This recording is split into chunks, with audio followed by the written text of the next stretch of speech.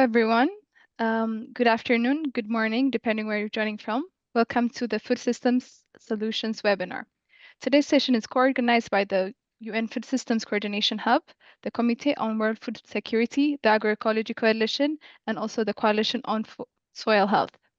My name is Absina Gade, and I'm a team member of the UN Food Systems Coordination Hub here at FAO. And as everybody gets settled in the room, I'll go over a few housekeeping rules.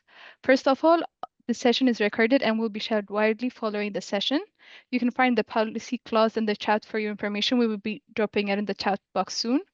The chat is open throughout the session, so feel free to introduce yourselves, leave reflections, and also pose your questions there.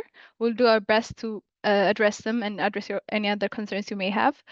With all this said, it's my pleasure to hand the floor to Mr. Stefanos Fotou, Director of the UN Food Systems Coordination Hub. Stefanos, the floor is yours. Thank you very much, Bissina, and good morning, good afternoon to all. Let me say before we begin that I really want to sincerely thank the Committee on World Food Security, the Agroecology Coalition, the Coalition for Action for Soil Health, that they are joining us. And their leadership is critically, precisely because of the challenge we're facing because of the conventional thinking. I would like to acknowledge the presence of the newly elected CFS Chair, Anas Al-Nabulsi. I'm very pleased that this is one of our first collaborations with the CFS and looking forward to expanding the links between the work of the Hub and the CFS. As you know, the Hub has been created to help countries break out of fragmented policy making and bring coherence across sectors through a coordination of the UN system and the ecosystem of support. The Food System Solution webinars, it's not what I will call another ceremonial space. It's really a platform to rethink about how we do things. And it is a platform that we have used the last 3 years to connect between food system national conveners, the ecosystem of support, science, policy, innovation. And the webinar today, I think that there is a kind of background thoughts we had in the Hub is organized because we have no longer, as a global community, the luxury of acting confused about why transformation on food systems is not happening and why it's stopped. And I think we know the reasons. We know that institutions are built for a world that no longer exists, and we are lagging behind on the support of institutions. I do think also that we have policy processes that they still operate in a way that they leave climate, biodiversity, land, resource management as separate issues. And I must say that we have also a corporatism culture that shapes incentives in the wrong direction. So I'm looking forward to the webinar to move us past that stage and into the realm of what are the real solutions. The Rio Conventions matter more than ever. As you know, agri-food systems account for about 1/3 of the global emissions. They are also primarily responsible for the biodiversity loss. Also, we have a lot of data to show us that of all the land affected by degradation, more than 60% is agricultural land. And what is happening is that communities are paying the price through volatility, declining productivity, and deepening inequality. So we need to move from fragmentation to systemic transformation. And I'm looking forward for the dialogue today to show how the Rio Conventions for Food System Transformation could be aligned around regulatory shifts that realign incentives, around institutional redesigns, accountability for both the public and private sector, investment strategies that respect the planetary boundaries, and science that is usable and not just published. So I think we need to accelerate on many fronts. We need to use regenerative and biodiversity positive practices. We need to diversify production systems that reduce dependence on fragile, high-risk monocultures, and produce systems that they will provide a lot of benefits for smallholder, families, farmers, and micro, small, and medium enterprises. We need also stronger governance frameworks that demand accountability from the corporate sector, transparency on environmental and social impact, fair competition, responsible pricing structure, and full internalization of externalities. So our task is not to negotiate new declarations, but it's to implement existing commitments using urgency and integrity and tools that they go out of the box.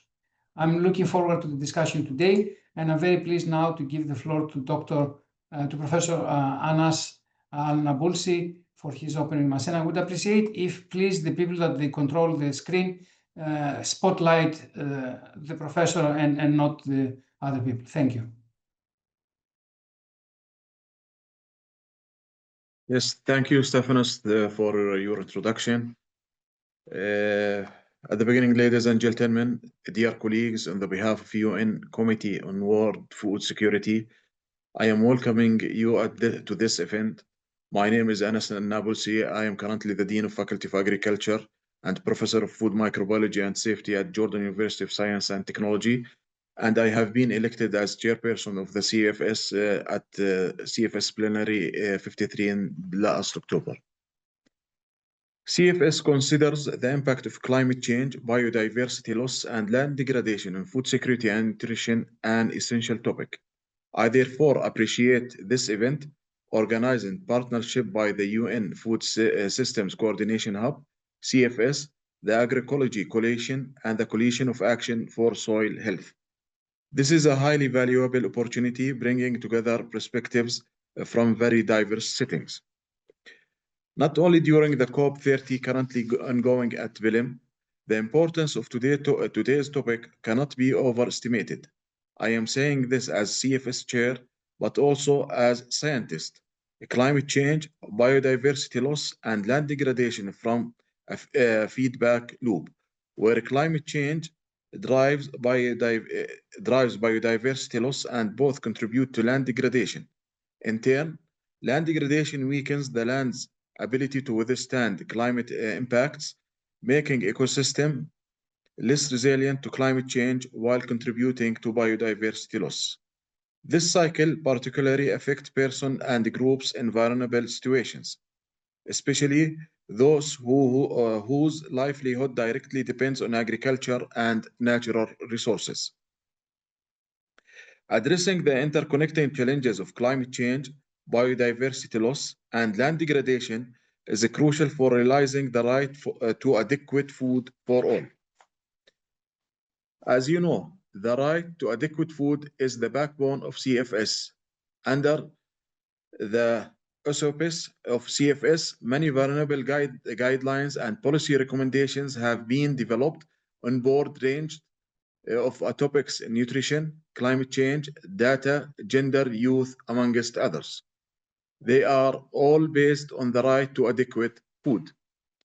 Due to huge importance of climate change, biodiversity loss, and land degradation for the realization of the right to food, the CFS member state agreed to organize a high-level forum in this topic, which was held in the 12th of May 2025. The event, organized and executed with the input from the member state, the secretariats of the Rio Convention, the Rome-based agencies, civil society, private sector, and others. And they clearly demonstrate the need to cooperate in order to identify adequate solution. And the main takeaways of the discussion were: firstly, there is an urgent need for action. Then the solution must be interconnected as challenges, nexus approach, addressing climate change, biodiversity loss, and land degradation are the key. Example: agroecology, innovation, tenure governance, and the restoration of the degraded agricultural lands. Also, what is needed now is concrete action to upscale these solutions. And the solution must center the need and knowledge of indigenous people, small-scale producer, and other vulnerable communities.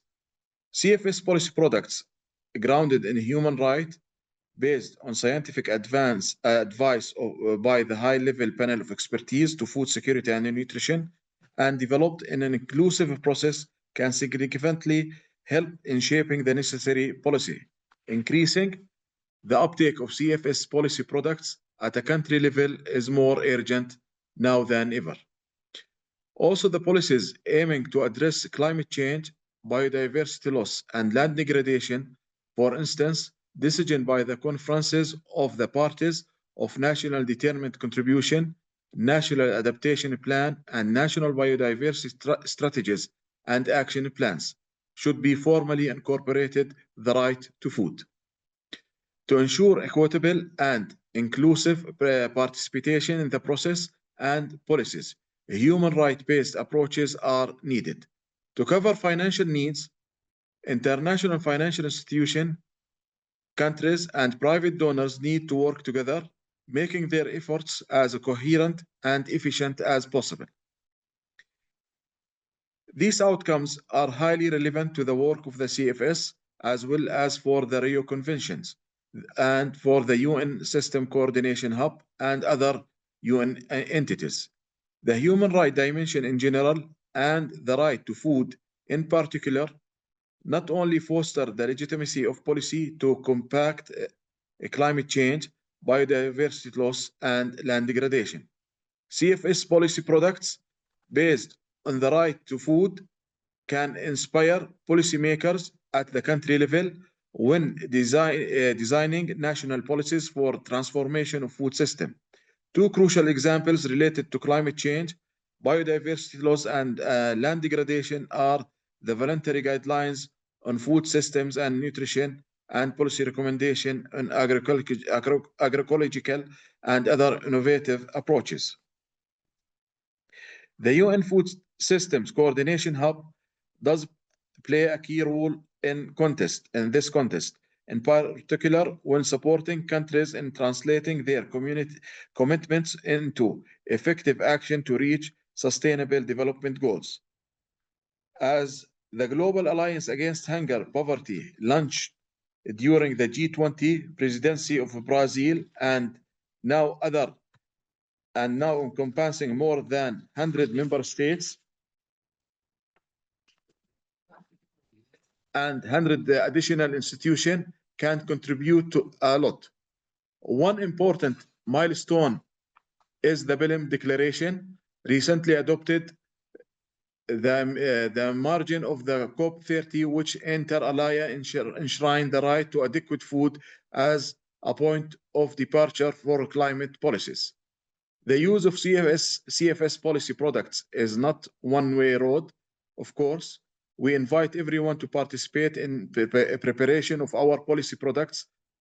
Our policy convergence process for the policy recommendation and building resilient food systems has officially kicked off, and the call for input is open on the CFS website to receive valuable contributions before the 1st of December. I would like to warmly encourage your organization and contribute to this process, supporting policy convergence process that is inclusive as possible. Ladies and gentlemen, I'm looking forward to a lively discussion and thank you for your attention. Thank you very much, Anas, and thank you also for informing us on the consultation process. With your permission, and if it's okay, we would like also to share this link with the network of the Food System National Conveners, in case that they want to send some responses. Yes.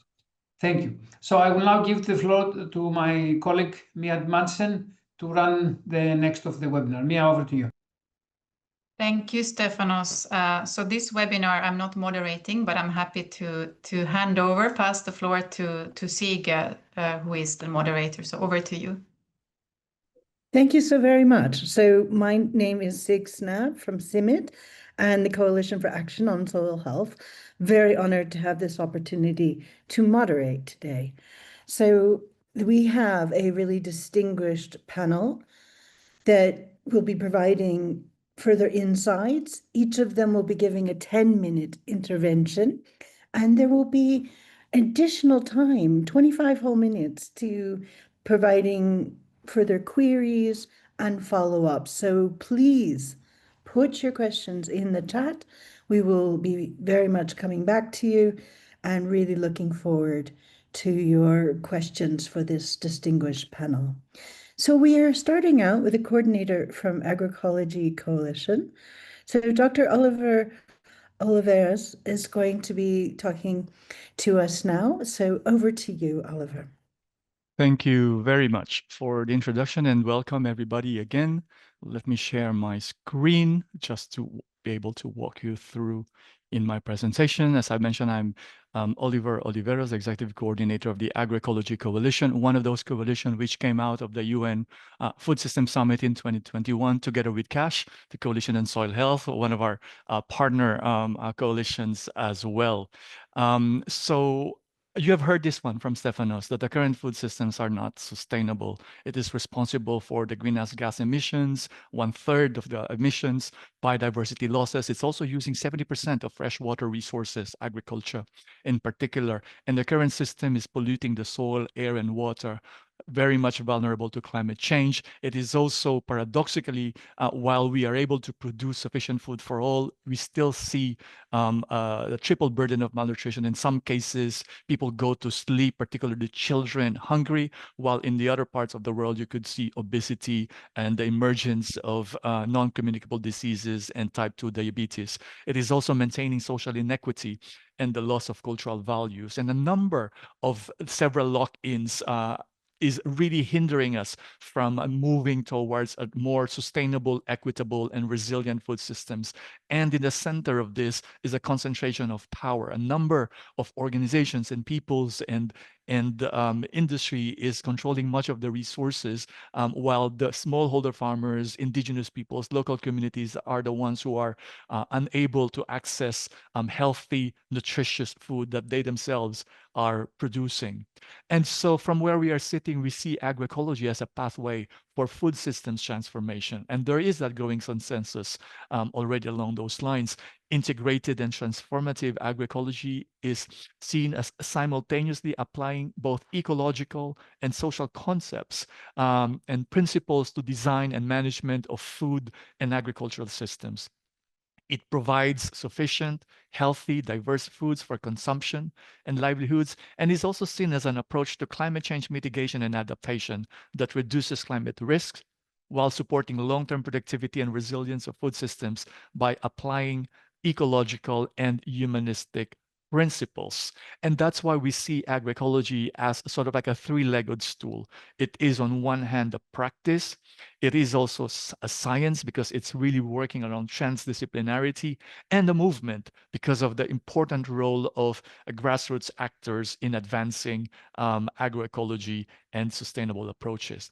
And agroecology is really anchored on a set of principles that came out of the high-level panel of experts of the Royal Committee on Food Security. And it's really a very good opening we've heard today around the important role of CFS in advancing agroecology, which is also fully compatible with the 10 elements of agroecology approved by 197 member states of FAO in 2018. So we see the articulation of both the principles and elements of agroecology guiding our pathway towards food systems transformation. And this is what guides our work within the coalition. But what we also see is there is a growing evidence around agroecology. What you see on the screen are just examples of scientific evidence that shows the potential for farms to benefit from positive socioeconomic performance for the use of agroecological practices. There are some cases which shows that, particularly in lower income countries, that agroecological approaches is able to really address household food security, household nutrition and food security, as studies carried out by CARE et al. And a number of other studies. But what we're also seeing is the emerging evidence from practice. One of the most famous examples on agroecology at scale is the Andhra Pradesh community managed natural farming, where you have 1 million smallholders across 4,000 villages covering 500,000 hectares of land, has adopted agroecology, or they call it community-based natural farming. And that led to higher crop diversity, with increased it by 11% of average yields and up to 49% net increase in income. Another example is the biodynamic farming in Egypt, where farmers have transitioned from conventional to more profitable biodynamic regenerative farming while supporting community development. And that has been adopted by more than 10,000 farmers, and they have converted altogether 40,000 acres of land towards biodynamic agriculture. But what we're seeing also is a growing political momentum around agroecology. The Rio Conventions, which is the focus of our conversations today, but also very recently at the UNFSS +4 stocktake in Addis, the UN Secretary General has mentioned that countries are starting to really transition towards food systems and using several pathways, including agroecology and school meals and whatnot. And also, I mean, you will recall that the call to action that came out of the Food System Summit +4 also recognizes the importance that agroecology can play towards food systems transformation. And at this regional, national, and even sub-national processes, we see the emergence of national agroecology strategies being developed from Kenya to Tanzania to Uganda and Zambia, but also all the way to Ethiopia, but in Senegal, Benin, Burkina Faso to Tunisia. That is the case. In Latin America, Brazil, Colombia, just a few months ago, Bolivia and Cuba launched their respective national agroecology strategies. In the region where I came from, in Southeast Asia, the Association of Southeast Asian Nations has developed and adopted an ASEAN policy guidelines on agroecology. So we're really seeing a buy-in across regions of agroecology as a pathway for food systems transformation, which brings us to the Rio Conventions and agroecology here under the Rio Conventions. And of course, you know that you have the CBD on biodiversity, the UNFCCC on climate, and the UNCCD on desertification. As early as 2014, COP12 on biodiversity mentions agroecology in its decision text. 2 years later, on COP13, the CBD recognized agroecology in the context of indigenous peoples' values. And then the IPBES, which is sort of like the equivalent of what do you call this? The IPCC on the biodiversity mentions in their assessment report agroecology as sustainable practices. In 2022, in the Kunming-Montreal Protocol, Target 10 of the CBD specifically outlines agroecology, specifies agroecology as biodiversity friendly. Now, in the UNFCCC on climate, while there is no specific mention of agroecology in its formal decision text, the IPCC report, assessment report number 6 in the synthesis report states agroecology as an effective option for mitigation and adaptation towards climate change. The same IPCC in 2022 also stated agroecology as an effective option for mitigation and adaptation. But recently in the UNCCD process on desertification, they have formally, they had 2 decisions, formal decisions that mentions agroecology as a pathway to address land degradation and neutrality. And then also the global landscape outlook in 2022 proposes agroecology as a sustainable practice. So you would see here across the 3 Rio Conventions from 2014 up to 2024, in a span of 10 years, an increasing uptake of agroecology in addressing the respective Rio Conventions. Now, last year, as you recall, you have the CBD on biodiversity in Cali. And I'm just bringing here just 4 points where agroecology is seen within the CBD process last year. There's a stronger voice for indigenous peoples and local communities. And as you all know, agroecology is really embedded and anchored on the practices of indigenous peoples and local communities. The land tenure indicator is a new indicator to track land use change and tenure in IPLCN territories. And this is critical for securing rights and fair land tenure for agroecological practices. The Cali Fund, which is focusing on benefit sharing from DCI, also recognizes and could potentially support agroecological practices. And of course, the national biodiversity strategy. Some countries, including Colombia and Burkina Faso, are beginning to integrate agroecology in their NBSAPs. Now, if we go to UNCCD on the certification, 6 points here that I wanted to highlight from last year in December. A decision on the implementation of the convention and its a strategic framework requests the Secretariat and the global mechanism to promote sustainable land management approaches, such as agroecology. There's also a decision on knowledge sharing, technology transfer, and innovation, which encourages parties to support agroecological organizations and practitioners through voluntary technology transfer.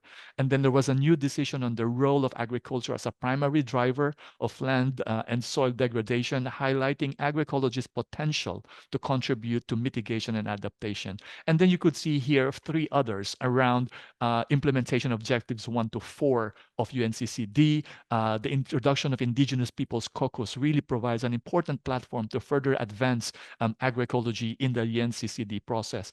And of course, one of the main outputs of the UNCCD last year, the Riyadh Action Agenda, both the Soil Health Coalition and the Agroecology Coalition really worked tirelessly to make sure that healthy land, healthy soil, and agroecology are embedded in the Riyadh Action Agenda. In the UNFCCC in Baku last year, as I've mentioned, while there is no formal decision that reflects agroecology in the text, we see some openings there on the integration of agroecology. Foremost to that is the Global Goal on Adaptation, which is being discussed this week in Belém. While there are a lot of challenges there in terms of the indicators, I think there is still a case that we could push on the integration of agroecology and allied approaches in the indicator for global goal and adaptation.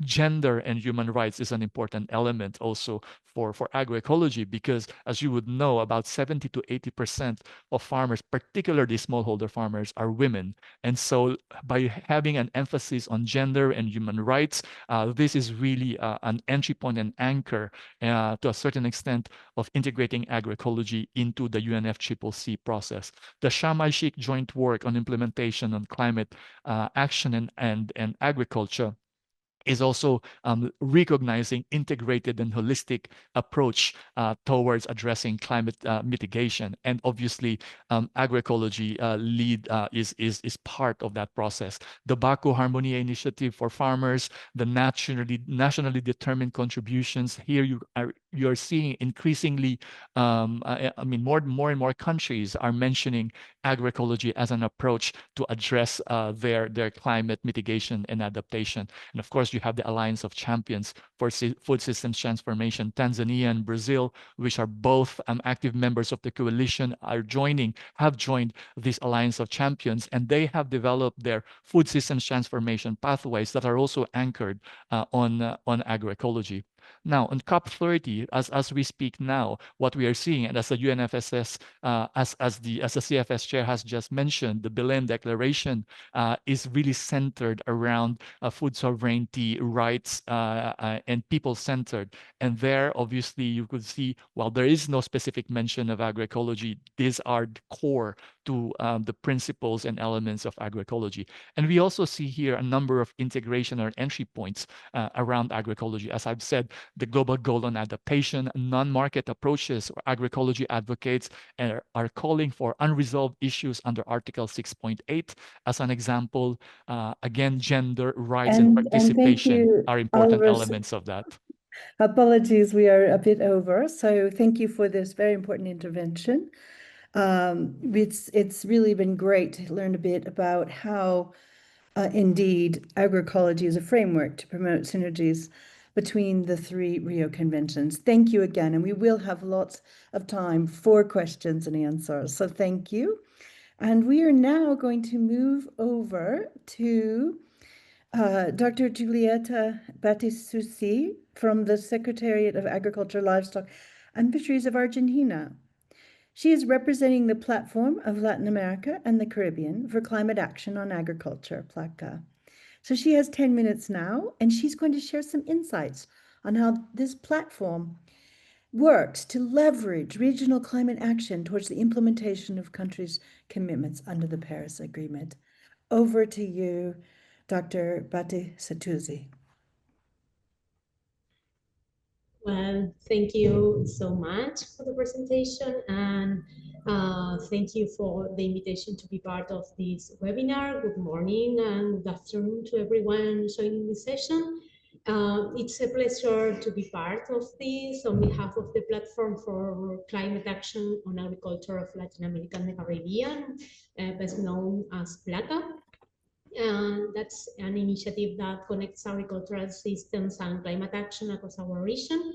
And today I will briefly walk through PLACA's main function, its governance structure, how it works, how are some of the products that we produce, and so on. Next, please.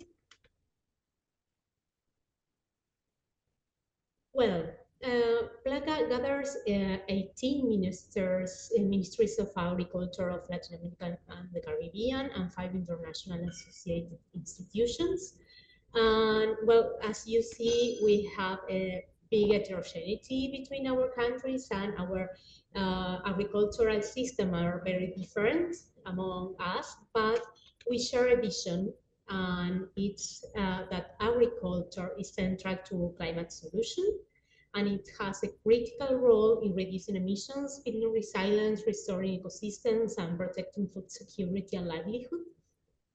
So the continued growth of the platform, including new members, such now we have Belize and Honduras, for example, reflects political leadership and a strong sense of regional solidarity. And I want to highlight here that when the platform was launched in COP25, there were 9 countries participating, and we are now 18. So this is a good indicator of the usefulness of the platform and the good work that we are doing. So can we pass to the other slide, please? So well, here we can see the structural governance of the platform.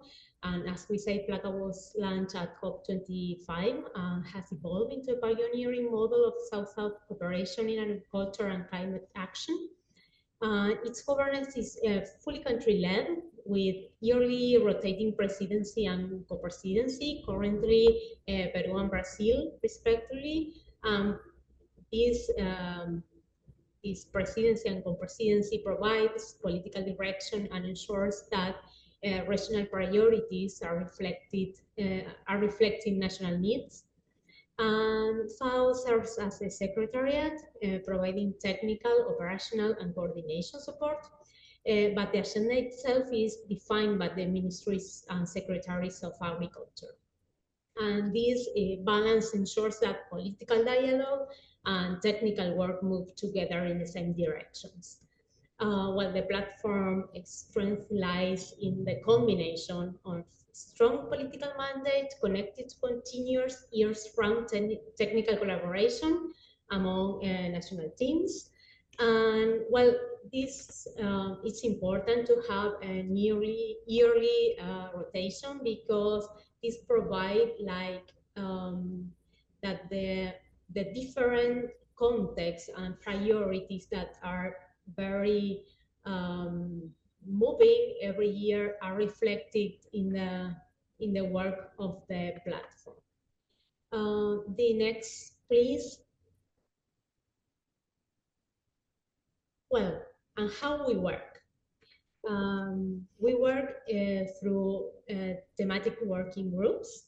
They are the workforce of the platform. We have 4. 1, adaptation and mitigation is the number 1. Number 2 is public policies. Number 3, knowledge management. Number 4, research, development, and innovation. They are all coordinated by different technicians from different countries. And through these groups, it's like the technical part of the platform. Countries exchange practical tools, data, methodology, we co-develop policies, approaches, and advance regional alignment on technical issues such adaptation monitoring, low emission strategies, agrometeorological information, and technological innovation. But it's important to highlight that all the outputs that the thematic working groups produce becomes a regional public goods accessible to every country. And they are all in the website of the platform, and you can go there and check and see what all the work has been done during all these years. And well, we try to align all the work, the technical work, with the Rio Conventions, the Sendai framework, the SDGs, and so on, to ensure that all the agricultural actions remain consistent with global climate change, land, and biodiversity goals. Next, please. Well, and continue with this topic, how is the alignment with global frameworks? Well, most important maybe is UNFCCC, because we was born in COP25, but the other conventions are very important because the inherently interconnection that agriculture have with all the resources.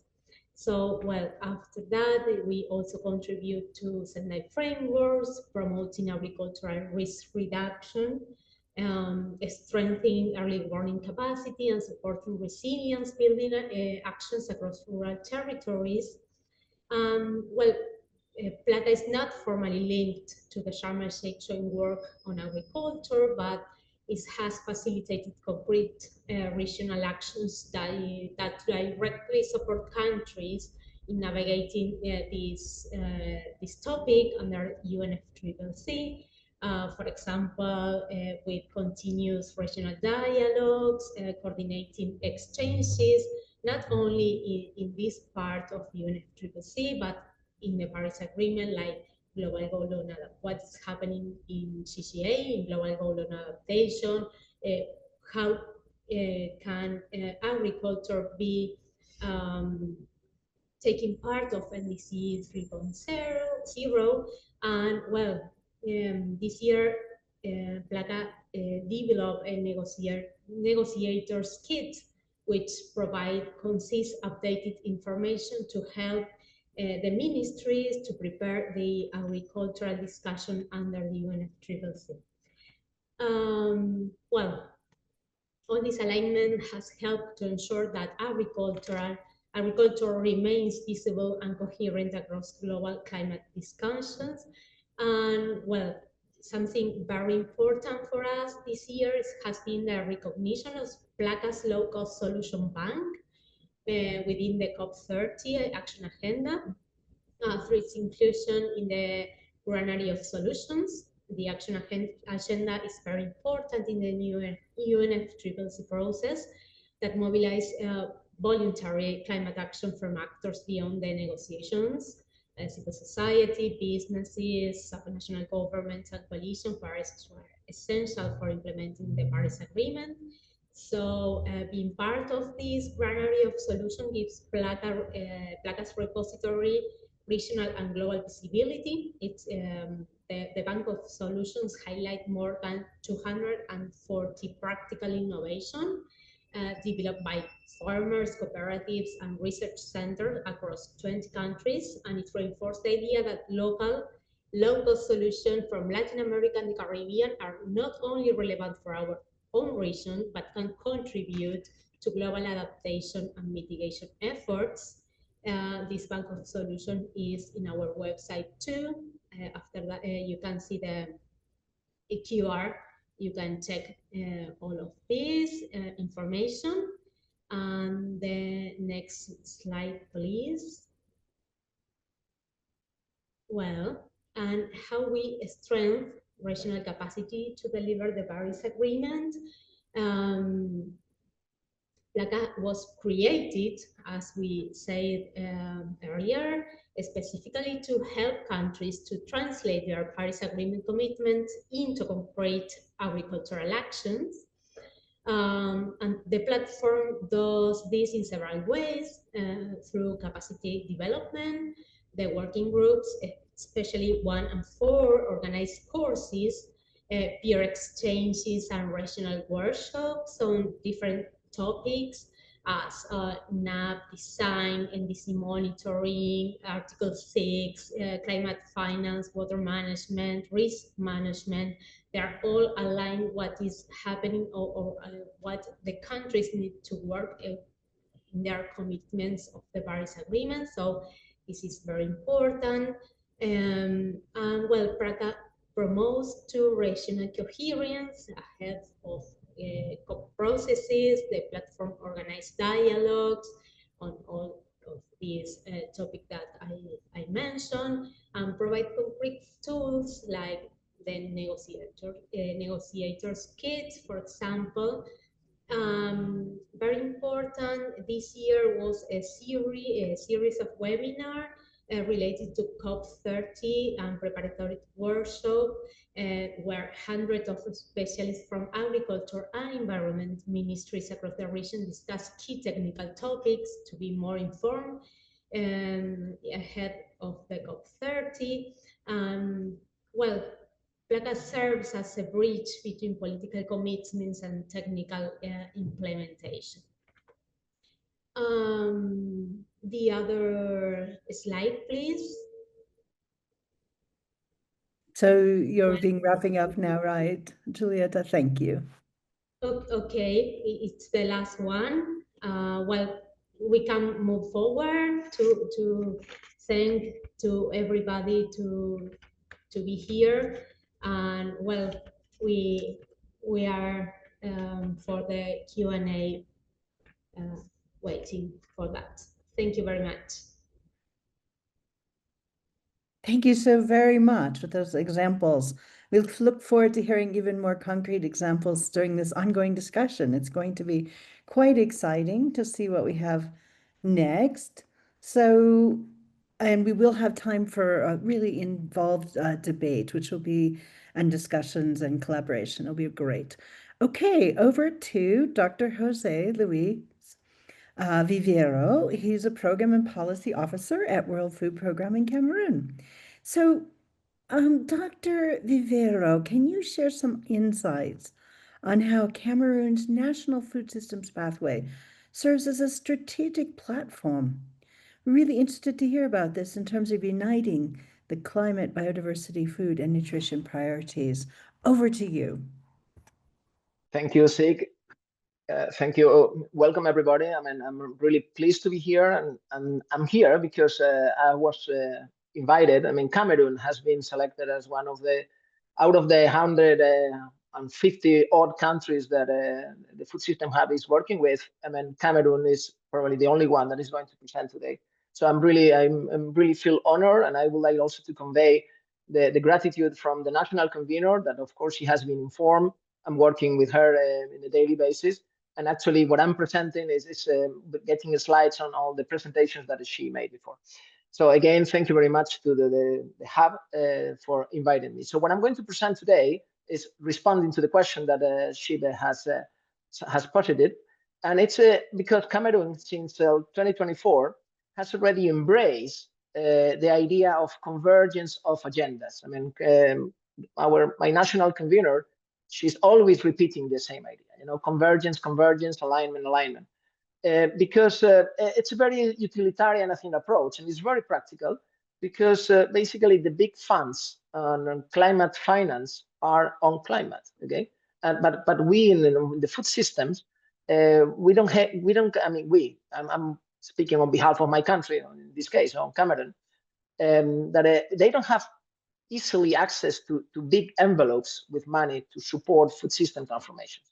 On the other side, you know that the climate finance, they less than 2.5% of the total envelopes devoted to supporting countries goes to smallholder farmers, 2.5.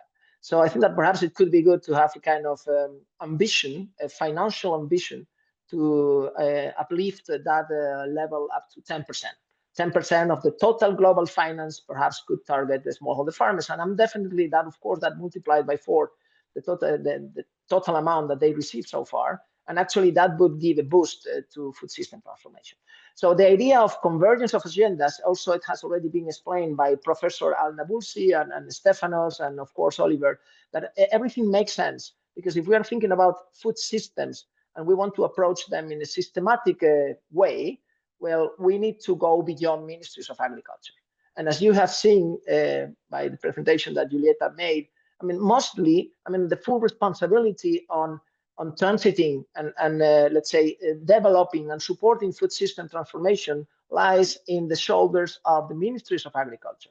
What is not fair, because there are many other issues related to trade, related to environment, related to health, nutrition, that they fall under the mandates of other ministries. So we need to have a whole of government approach, and that's what I'm going to present today.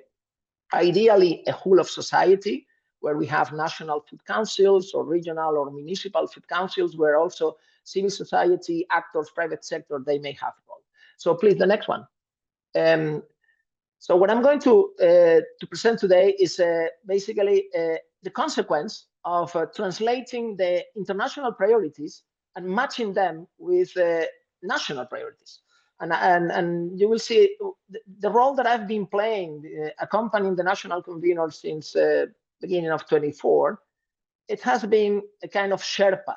Okay, I've been accompanying and translating priorities in documents that are presented in all the international events that have already been nicely presented by Oliver.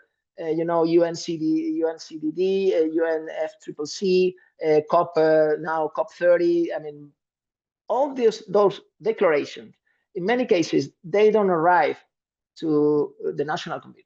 Okay, they are, because in many cases are ministries of environment who have the primary responsibility to deal with climate change, not the ministries of agriculture. So, and you know that in every country in the world, Western world, global south, etc., the tasks are very compartmentalized. So ministries, they work more or less in silos. Okay, in some cases they have interministerial platforms, but you know, ministries and also civil servants, they have a silo mentality. So we need to do a lot of things to break that mentality. And actually, at international level, there have been a lot of efforts. As you can see there, the COP in Dubai, that it was the declaration, the Dubai Declaration on Sustainable Agriculture, Resilient Food Systems and Climate Action was a hallmark to really, where many 160 governments, the heads of state, they really signed the idea that we need to collaborate more between, not only internationally, but internally within the countries, with different ministries working together hand in hand towards reaching similar goals, similar objectives that are good for climate change, adaptation or mitigation, and as well as for food system transformation for good, you know, producing more, better, more sustainably, with better jobs, etc.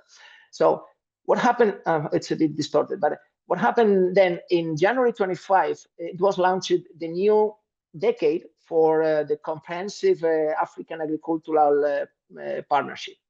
It's called the Kampala process. And in the Kampala process, they shift from agriculture to food systems, what is a very good thing. And at the same time, they prioritize resilience as the key element, you see in the title. And resilient agri-food systems is the fifth pillar of this strategy. So for Africa now, resilience, that is the common space between food systems and climate change and biodiversity, you know, that's why, I mean, agroecology is so well fitted, because agroecology also is in the shared space. So resilience is one of the key objectives. And that's why also Cameroon, well, we realized that we were doing things in the wrong way, in the right way, okay? So we were basically, that's why I say surfing the wave, okay? And then finally, in February 25, with the support of the Food System Hub, we organized several workshops, and at the end there was a launching event where Khaled Al-Hawil from the Hub was already attending, where the government with 4 ministries, they launched the Convergence Action Blueprint, where 3 big priorities have been defined, I will explain later on, and 15 priority actions were already agreed by different civil servants from different ministries, and it was this convergence action blueprint was endorsed by the 4 ministries and officially launched. The next one, please. So you can see here the 3 priorities. One of the best things that I've seen and at least to me, okay, that's my own interpretation, but the convergence action blueprint managed to synthesize the all-embracing food system transition pathway roadmap, okay, the document that was prepared by Cameroon in 2021, where everything was included, okay, all type of actions from different ministries addressing everything. But you know, when you have too many priorities, you cannot do everything at the same time. And at the same time, when you have too many challenges, I mean, addressing all the challenges in 2 or 3 years altogether, it's really a daunting task.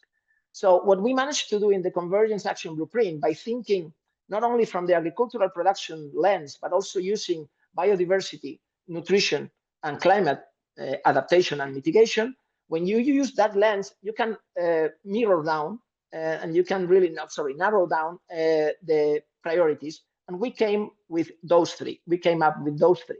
First, the rice value chain, because rice is important for Cameroon, it's important for as a staple food, but at the same time, it can reduce the import bill, because rice, you can have several types of rice producing models. At the same time, you can combine with aquaponics, you can use local varieties, so you promote agroecological practices with local seeds. If you don't use too many pesticides, you can enable birds to come. So it's basically, you can also combine paddle fields with marshes.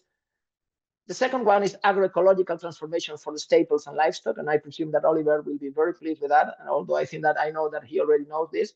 So agroecological production for Cameroon is one of the top 3 priorities. Okay, and it's not just let's say blah blah blah. It's already written in a formal document endorsed by 4 ministries. So and actually we have already prioritized a few food commodities to develop that approach. And then the third one is the presidential priority. So of course it could not be left out. There's import substitution. I mean, reducing the import bill in Cameroon, 25% of the import bill, it's about food. I mean, food that Cameroon imports when they could produce almost everything. So, I mean, the president put it as a top priority to reduce as much as possible and as fast as possible this import bill. And that's why also we have it. Next one, please.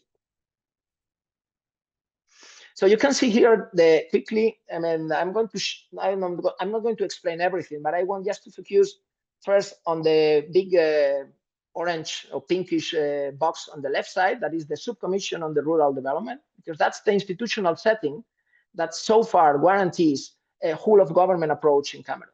So you have a subcommission with several ministries represented at very high level, mostly deputy ministers or secretary generals. You can see there the different ministries: agriculture, livestock, forestry, etc.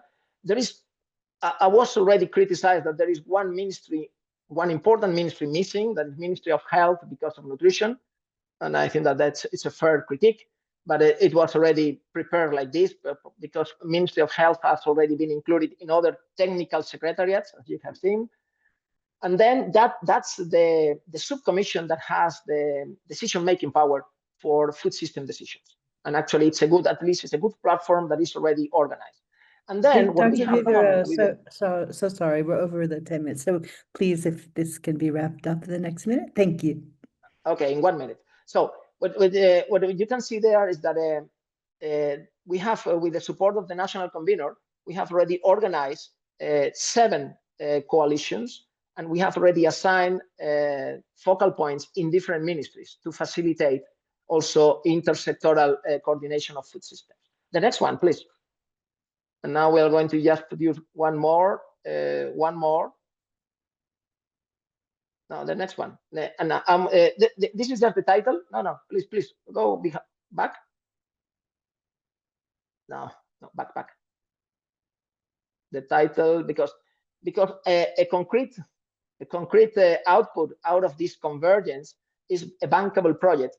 This convergence, Converge Food, that is a bankable project that was submitted to the Joint SDG Fund Secretariat in New York. It has been approved with $2 million catalytic fund that later on has been complemented with a pledge that now is going to be materialized very soon from the Global Flagship Initiative with 15 million, 15 million to scale up this approach, a project that will contain different elements on agroecological production, elements on nutrition, elements on climate adaptation, elements on better food producing and manufacturing techniques for 4 value chains that are 4 products: cassava, eggs, milk, and eggs. Cassava, egg, mixed milk, cassava, eggs, milk, and rice.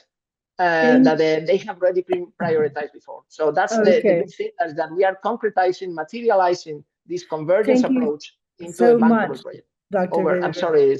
No worries. But this is a really exciting, concrete example. We're so excited about this. And we will get opportunities to really dive into this exciting example. Thank you from Cameroon. So over to Dr. Sarah Botkola. She is the thematic lead for desertification, land degradation, and drought on the WFF Youth Policy Board. We are so pleased, another 10-minute intervention, because we would like you to share some reflections, Sarah, on the involvement of youth in food systems transformation and the international climate negotiations that are all ongoing right now. In particular, how can youth contribute to building synergies across biodiversity, climate, and land agendas? Over to you. Hello, everyone, and thank you for having me. My name is Bochola Sara, and I'm a member of the World Food Forum Youth Policy Board, leading the thematic area desertification and degradation and drought. And I'm also from an indigenous pastoralist community in southern Ethiopia, where climate change, biodiversity loss, and land degradation are not abstract concepts, but they shape daily life. So today I want to share both my personal and professional lenses answering your question. So reflecting on the youth's involvement in food systems transformation and how youth build synergies across biodiversity, climate, and land agendas, I want to start by saying that youth are now at the center of food system transformation and international environmental negotiations, not because it's symbolic, but because the crises we face shape our lives, our future, and our communities in real time. Across regions, youth are showing that the most effective way to advance the Rio Convention is through integrated, community-grounded, and systems-based solution. So I want to share 3 key reflections on how youth are contributing to that. The first one, youth naturally approach climate, biodiversity, and land issues as one interconnected agenda. So for many young people, especially those from indigenous communities, farming, pastoralist, and forest communities, the separation between the Rio Convention does not really reflect our lived reality. We experience climate change through droughts, floods, and unpredictable seasons, biodiversity loss through disappearing pollinators, local seeds, and native species, and land degradation through declining soil health and reduced productivity. So these crises, they reinforce one another, and therefore our solution must also reinforce one another. For example, in my home community in Borana in southern Ethiopia, there was a severe drought in 2011 and again from 2021 to 2023, and it was really devastating. In 2022 alone, many households lost more than half of their cattle, and when livestock die, it's not only an economic loss, but it's also the disappearance of grazing land, local water plants, and pollinators also accelerate land degradation. So this impacts our agri-food systems and our livelihood. And these droughts have showed us that how climate change, biodiversity loss, and land degradation, they reinforce each other. Coming to youth contributions in this area, first one, promoting agroecology, which simultaneously sequesters carbon, protects agrobiodiversity, and restores soil, which align with the UNFCCC, CBD, and UNCCD respectively. Leading community seed banks that strengthen climate resilience, biodiversity conservation, and soil regeneration at once. And also implementing nature-based solutions such as farmer-managed natural resources or rotational grazing that advance the goals of all 3 conventions simultaneously. So youth are providing and proving through practice that the conventions have always intended. They are integrated challenges and require integrated solutions. Coming to the second intervention, youth bridge the Rio Convention by recentering food systems and especially soil health as a common entry point. Agri-food systems are where agendas of climate, biodiversity, and land coverage converge. So youth understand this intuitively because many of us work directly with food production, land stewardship, or climate advocacy, and in different other areas. So in negotiating, youth constituencies they consistently emphasize that you cannot restore biodiversity without restoring soil, and you cannot build climate resilience if agriculture landscapes are degraded, and you cannot achieve land degradation neutrality without transforming food systems. And soil health in particular has become a central priority for youth because soil stores carbon, supports biodiversity, and sustains food production. This single issue brings all three conventions into one conversation. For example, last year I attended UNCCD COP16 in Riyadh, representing the African Youth Pastoralist Initiative. And I wanted to make sure that the realities of farmers, especially pastoralists, were present during the conversations. Although UNFCCC and CBD may often get more visibility as so that agri-food systems were a topic of great importance to the youth, and they were ambitious to break down the silos that exist between the conventions. Coming to the third point, youth build synergies through cross-constituency collaboration and policy engagement. Youth are not only implementing solutions, but we are also shaping policy. For example, the World Food Forum Youth Assembly, it's one of the world's biggest consultative platforms for youth discussing agri-food system challenges, and it's working across all three Rio Conventions. We are working with the youth constituencies of all the three Rio Conventions, the Yango, the GYBN, and UNCCD Youth Caucus, to build capacity for their memberships to bring agri-food system priorities to the negotiating table, and to co-host online and in-person consultations in the build-up to major conferences. And at the World Food Forum flagship event that happened last month, October, in Rome, we convened the three Rio Convention secretariats and the three youth constituencies, FAO experts, and World Food Forum Youth Assembly to discuss how we can move beyond silos to create solutions that work for climate, biodiversity, land, and soil. The call for a framework that bridges the agri-food system components of all the three Rio Convention constituencies for capacity development, knowledge sharing, and joint initiatives that ultimately lead to stronger, more meaningful youth participation. We began this conversation by sharing how youth constituencies and the World Food Forum Youth Assembly, they create and promote inclusive pathways for youth to contribute to policy processes, how to ensure that lived realities are translated into policy outcomes and conversations, and also how to mobilize youth outside of these conferences so that they feel connected from the ground up, from grassroots level, all the way up. So these insights will inform the mandate of the World Food Forum Youth Assembly as it bridges the three youth constituencies through agri-food systems throughout 2026, where once again, all the COPs will take place in the same year. So youth are demonstrating that policy coherence is not only possible, but it's necessary, and it has already begun. In conclusion, I want to say that youth involvement in food system transformation and climate negotiation is not about tokenism.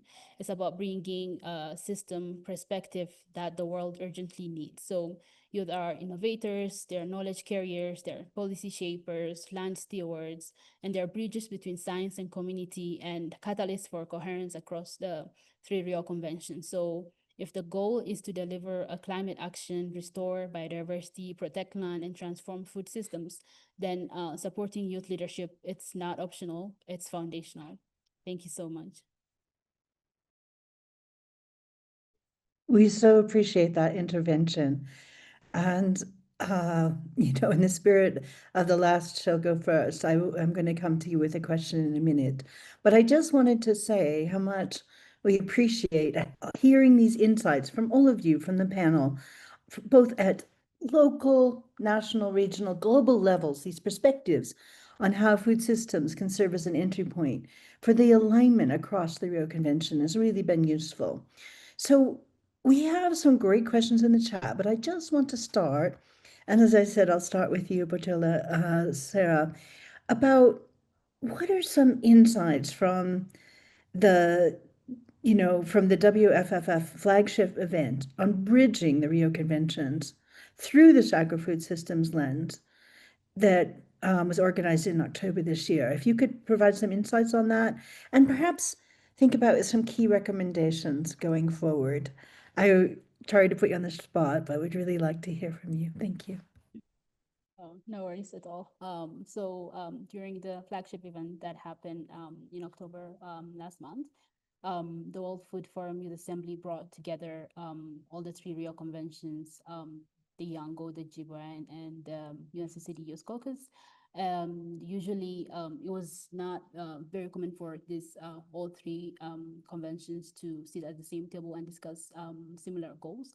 But we were able to have those conversations and how we could build partnerships and membership across all the youth constituencies to bring agri-food systems as priorities to the negotiating table, and co-hosting online and in-person consultations whenever there are major conferences, so as a build-up for youth recommendations and voices to be included in decision-making and policy conversations. We began this conversation by sharing how youth constituencies and the World Food Forum Youth Assembly create and promote inclusive pathways to contribute to policy processes. So some of the recommendations were that youth would be able to work freely and participate in the different youth constituencies and promote their needs, policy needs and decisions for the major conferences that come out of all the youth constituencies of the 3 Rio Conventions. So that was what was discussed at the World Food Forum. It was mainly about breaking down the silos and working together towards shared goal. Yeah, thank you. Thank you so much. And just a follow-up, I see a question in the chat about, is there a community that youth can engage with? So perhaps some concrete actions coming out of this that you'd recommend for youth, especially? We'd love to see youth more involved. Yeah, I think as of now, even the application for the Youth Policy Board, World Food Forum's Youth Policy Board is open. It's on the website. Also, it's possible to become members of the UNCCD Youth Caucus based on the background and knowledge that we can bring to the table. And Yango as well, all these youth constituencies are very open with their work, very down to earth as well, accessible, responsive. So I suggest following up with all the 3 youth constituencies and seeing how best we can contribute and also learn from each and every one of them. Yeah. Thank you so much again, Bukola Sarah. It was really inspiring, as you saw in the chat as well. Thank you. And we have a link to where you can apply to the WFF Youth Policy Board members. So thanks for putting that there. So let's go again. We're going to start at the bottom and go back. So let's hear from Dr. Vivero regarding his really interesting examples from Cameroon. So is there other key lessons learned? We'd really like to hear from you regarding country level integrated program and how it relates to the Rio Conventions. Over to you. Thank you, Sieg. Lessons learned. Yeah, I mean, I will share 3 points on lessons learned that actually are the same ideas that I communicated that have been presented by a general report that the Food System Hub has already published a few months ago. And are not specific of the Rio Convention, are related to the way to support countries from the hub and also from any type of secretariat that is outside the countries. The first one is that the countries they need some support in form of Sherpas. Okay, some people that they are in academia they are called knowledge brokers. People that they connect the ideas, the priorities, the buzzwords that are common in the global corridors, in the international events, connect them with the national priorities. governments, okay, with the real priorities at national level, that in many cases they are very far from the buzzwords. They are very down to earth. They're real because they are the priorities of the countries, but they need to be adjusted. They need to be framed in a different way, or perhaps they need to be connected to. So you need these Sherpas that they make this connection between the national priorities and the international priorities, because otherwise it's difficult to raise funds. Okay, if you don't use the exact words that they trigger, importance, relevance, and they trigger priorities at the international level. The second one, it's a basic thing for humans. We need to develop trust and relationships. Okay, we need to strengthen the human fabric. It's not just a question of people in the capitals, in Rome or in New York, that they provide technical secretariat. You need to have people in the countries or that are close, working hand in hand with the governments, that they develop a trustful relationship. Okay, that basically they understand each other not only as professionals but also as human beings, and they understand the circumstances. So there should be I understand that that's pretty much against the trends now, but I mean at regional level or at global level, this idea that traveling more often to the countries, but not just for the sake of traveling, but also for the sake of developing human relations, because human relations is about common purpose, engagement, it's about conviviality, it's about presence, respect, and those things cannot be done through this type of media, okay, like online conferences. And that's essential. If you want to make things, if you want to support, in my case, as an external agent to Cameroon, if I want to support Cameroon, the first thing that I had to do was to gain their trust and confidence on the things that I'm saying, the things that I'm suggesting, and the same for any other country. And the final one is that a convergence, it's a key leverage, as I mentioned, to activate climate funds, okay? And that's a key thing, because as I mentioned earlier, I mean, the amount of funds devoted initially to support food system transition, the amount of funds that the hub manage, it's minor, very minor, okay? It's very small compared to the big funds like Global Environment Facility, Global Adaptation Fund, and Adaptation Fund, and the Green Climate Fund. So only those three funds, they have billions or thousands of billions. I mean, I don't know, huge. I mean, I don't know how much, but they have a lot of money. And actually, that's the money that the food systems they need to tap in order to support the food system transition pathways. So that's also, those are the key elements. Thank you for that. And indeed, we know that agriculture is contributing like 33% of greenhouse gases, unfortunately, but only about 7% of finance. So a good reminder of that. Thanks for that concrete example. Now we're going to go over to Dr. Baptiste Suzuzi, who we would like to learn more about how platforms like Plaka, how have these supported countries working in an integrated manner. So do you have one or two key recommendations on that? Thank you. Well, thank you so much. It was listening to Jose Luis, and they are very similar what we see here in our region too, and about what Plaga thinks that are the recommendation for this. And first of all, we think that it strengthens political leadership at and regional visibility is important. That a strong mandate from ministers help technical teams to coordinate across sectors and position agriculture more effectively in national planning processes. And besides that, I think enables the region to speak with greater unity at the Global Climate Forum. If you have the support of the political decision, you make more technical advances. So it's important. And another thing, or a second thought, is that deepen technical cooperation and knowledge exchange is important. And this is when trust is central, like Jose Luis said.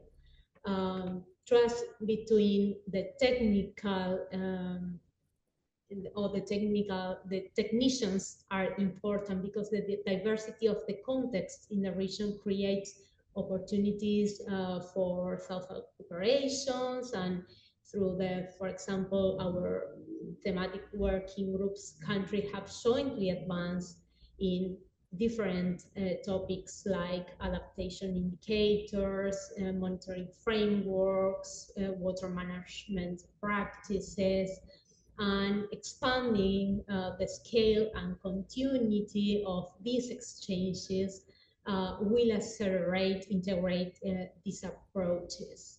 Well, lastly, another thing that I am going to repeat is the improve in access to climate finance for agriculture is very important for integrate these kind of approaches. And well, Plata can support their different countries in translating national priorities into a viable project proposal and connecting them with financing mechanism.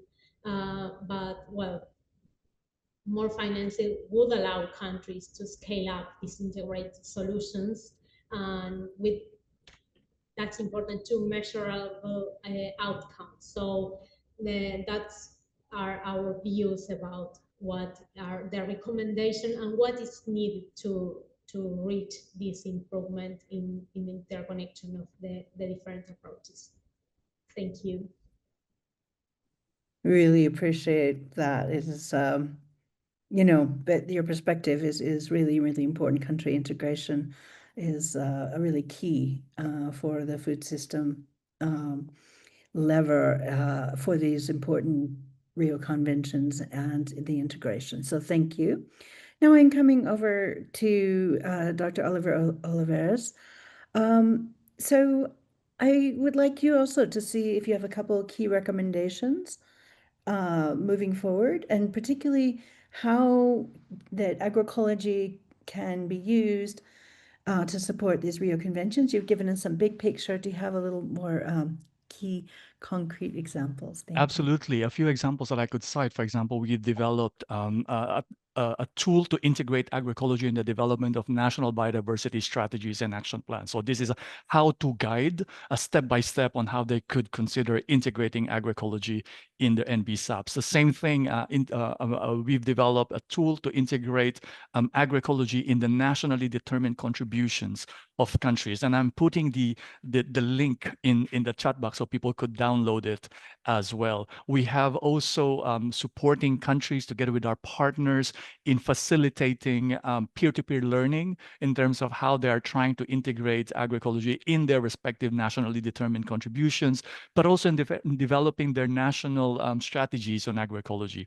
So the idea there is to provide members, countries with tools in making sure that they are guided on how they are able to do those things.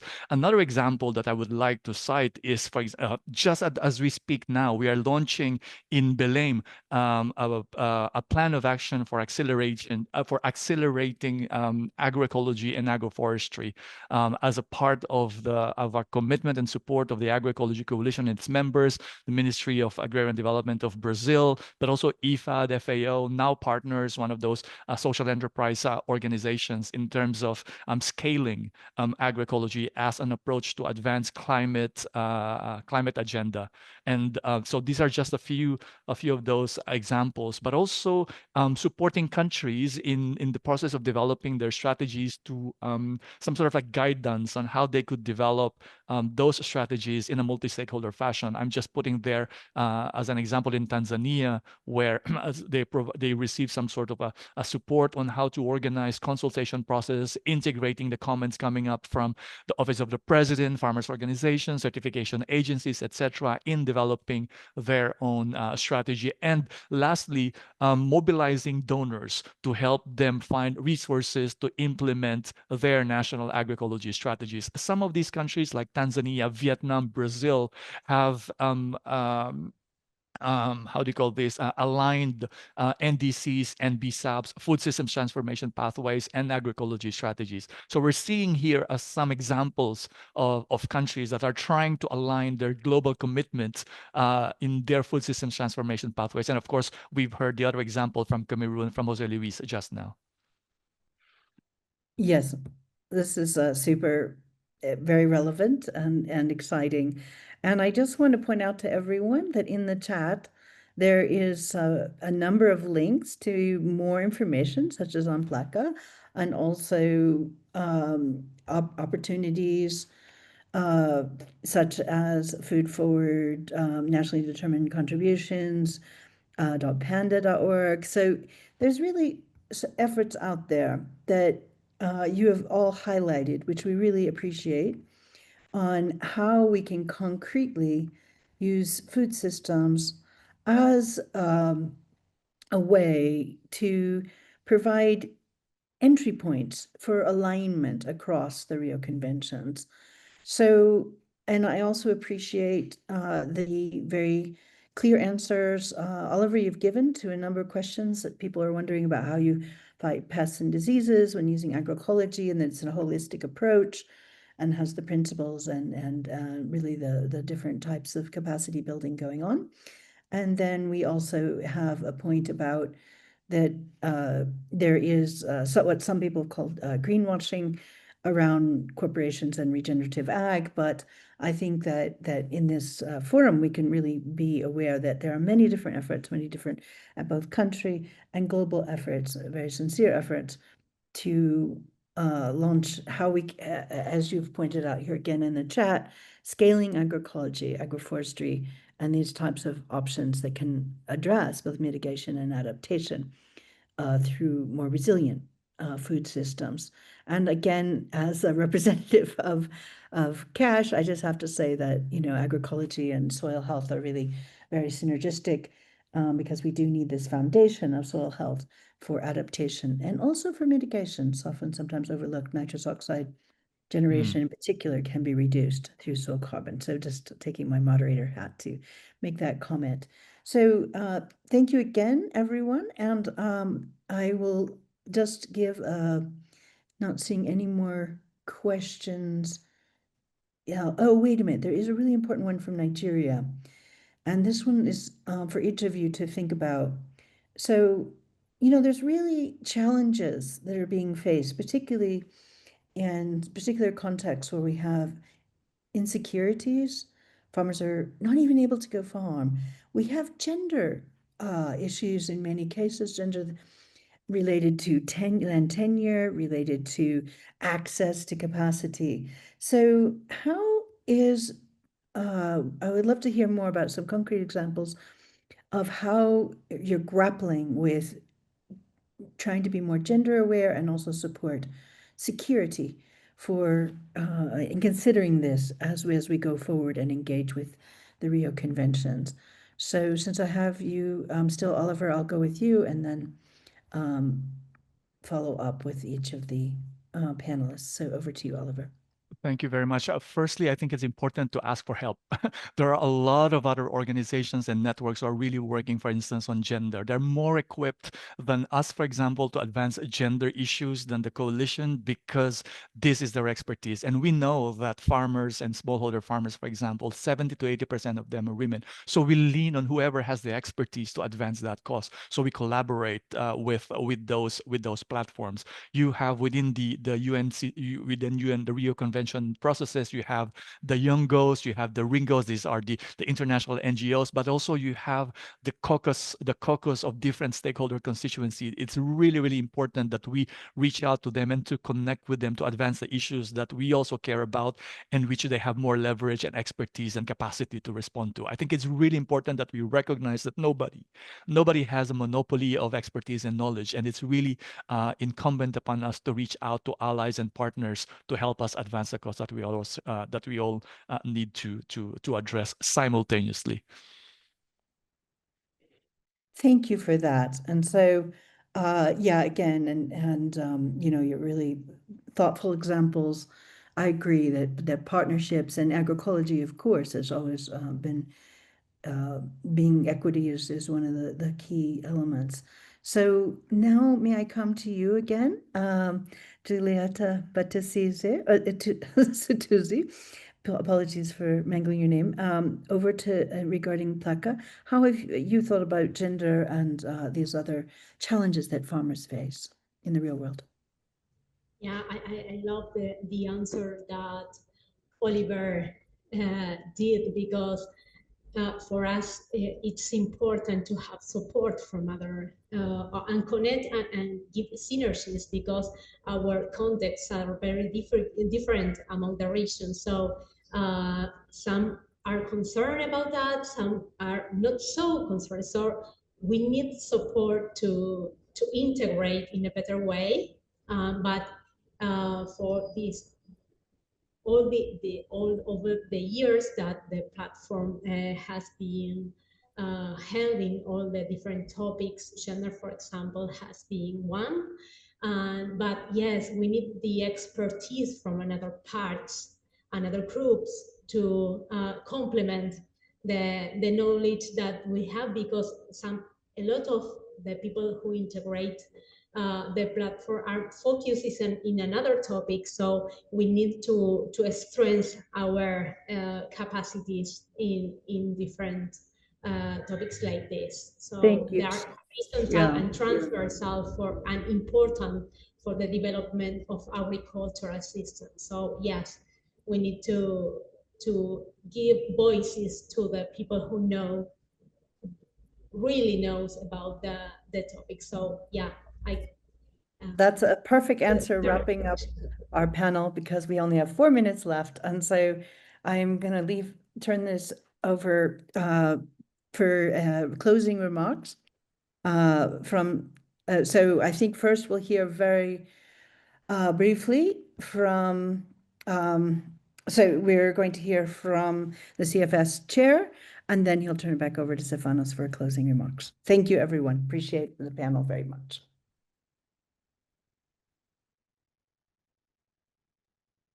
Yes, thank you. I think for wrapping up the discussion here, I think we have to work all together to, as one concept, united all our efforts to overcome like the increased impact of climate change, land degradation, and lose biodiversity.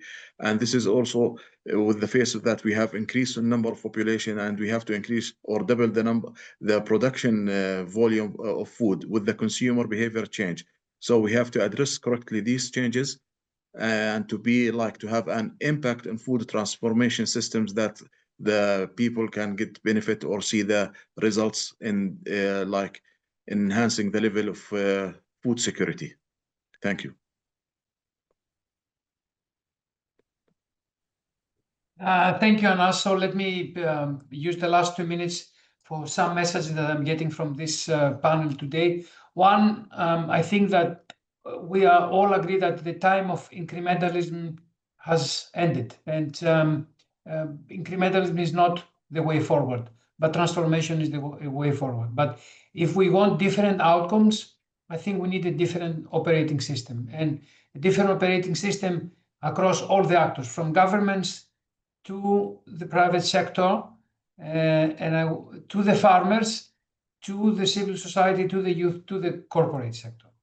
So we listen examples that they can shift the agenda, but I want to highlight that a transformation is not automatic, and it requires something more than technical inputs and pilot interventions. I think it requires political courage, regulatory clarity, and accountability from powerful actors. And I think these are indispensable dimensions if we want to shift to more sustainable agri-food systems. If we continue to say that, with ESG or just with some small adaptations we will change, I don't think we'll change. So I want to close by giving a very big thank to the Committee on World Food Security, the Agroecology Coalition, and the Coalition for the Soil Health, and helping us for driving the conversation towards ambition. And as I said at the very beginning, the window for minor improvements has closed. The Rio Conventions give the necessary framework for action. We don't need another strategic level document, but we need really to operationalize with the food system as a nexus the Rio Conventions. Thank you very much and have a good evening, afternoon, or day. Bye-bye.